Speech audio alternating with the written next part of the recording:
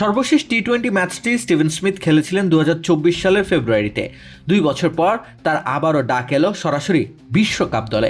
এমনটা সাধারণত করতে দেখা যায় না অস্ট্রেলিয়ার ক্ষেত্রে, যদিও ইনজুরির কারণে বদলি হিসেবে স্মিথ সংযুক্ত হয়েছেন দলের সাথে।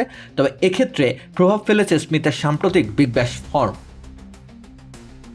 অস্ট্রেলিয়ার টি-20 দলের অধিনায়ক মিচেল মার্শ চোটে পড়েছেন, আর তাতেই কপাল খুলেছে অভিজ্ঞ ব্যাটার স্টিভেন স্মিথের। মার্শের ইনজুরি প্রথমে স্বাভাবিক মনে হলেও পরীক্ষা নিরীক্ষায় ধরা পড়ে অভ্যন্তরীণ রক্তক্ষরণ। কার্যত তার বিশ্বকাপ খেলার সম্ভাবনা প্রায় শেষ।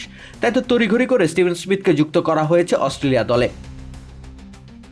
2 বছর ধরে অস্ট্রেলিয়া টি-20 দলের ধারে কাছে ছিলেন না স্মিথ। এমনকি 2024 সালে টি-20 বিশ্বকাপও তিনি খেলেননি। এমন একজন খেলোয়াড়কে অন্তর্ভুক্ত করায় খানিকটা প্রশ্নের উদ্রেক ঘটাচ্ছে বটে। কিন্তু অস্ট্রেলিয়ান বিগ ব্যাশে নজর রাখা সকলেরই নিশ্চয়ই জানা স্মিথ ছিলেন কি দুর্দান্ত ফর্মে।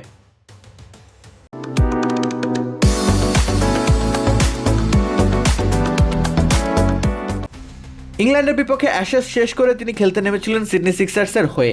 মাত্র 6 ম্যাচ খেলেছেন দলটির হয়ে, আর এই 6 ম্যাচেই নিজের সামর্থ্যের প্রমাণ রেখে নির্বাচকদের দুশ্চিন্তায় ফেলে দিয়েছিলেন। প্রায় 168 গড়ে রান করেছেন তিনি সর্বশেষ বিগ ব্যাশে। একটি সেঞ্চুরি ও 2টি হাফ সেঞ্চুরির সমন্বয়ে 299 রান তুলে ফেলেন নিজের নামের পাশে। টি-20 ক্রিকেট খেলা যে একেবারেই ভুলে যাননি, বরং বর্তমান সময়ের সাথে যথাযথ তাল মেলাতে সক্ষম তিনি, সেটাই প্রমাণ করেছেন সিডনি সিক্সার্সের জার্সি গায়ে। তাই তো মিচেল মার্শের ছিটকে যাওয়ার সাথে সাথে অভিজ্ঞতা ও সাম্প্রতিক ছন্দময় আগ্রাসী ব্যাটিং বিবেচনায় তাকে সরাসরি যুক্ত করা হয়েছে বিশ্বকাপের দলে।